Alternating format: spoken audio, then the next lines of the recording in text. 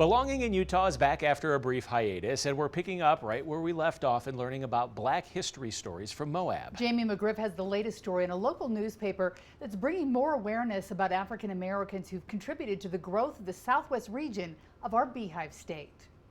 Changes are happening in Moab. Researchers are finding history information on stories that may have been otherwise overlooked for many years. And one newspaper decided that it was time to share those stories on a regular basis. The Moab Sun News is taking its vision of being a community newspaper to a new level. There wasn't a lot of historical research existing on folks who lived here. And right now people are really digging into the archives and telling those stories. Maggie McGuire is the publisher of the newspaper and boldly leading it into a new era of putting stories in the spotlight of long overlooked communities and people who lived in southeast Utah. So many times, no matter what community you're in, you're walking past history every single day. You just don't notice it. You don't notice the name of the street. You don't notice the set of trees that were the boundary of a farm one day.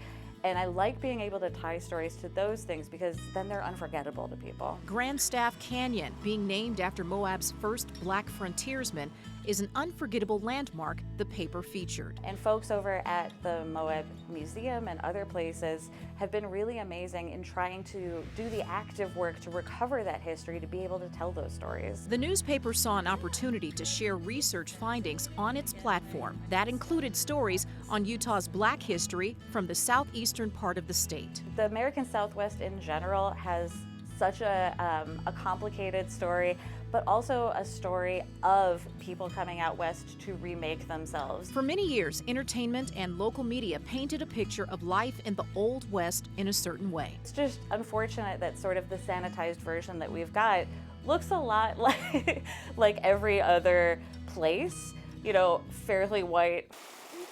But now more people are drawn to the stories of those who once lived on this land, which presented the perfect opportunity for the Moab Sun News to partner with the Moab Museum to get those stories, including those of African Americans, out there. Here's Forrest Rogers, museum director. We have to remember that the recorded history is always written by the people who want to tell their story, and not always people who want to tell the entire story. And that entire story means including everyone who came out west. And that meant opportunity for a lot of people, whether they were Black, whether they were immigrants, or any other identity. And those stories, I think, are really fascinating and worth telling today. If you've missed any of the previous stories about the history behind Grandstaff Canyon, or even wanting to check out the article from the Moab Sun News, you can find it all when you look for this story on our website, KUTV.com. Jamie McGuire, KUTV 2 News.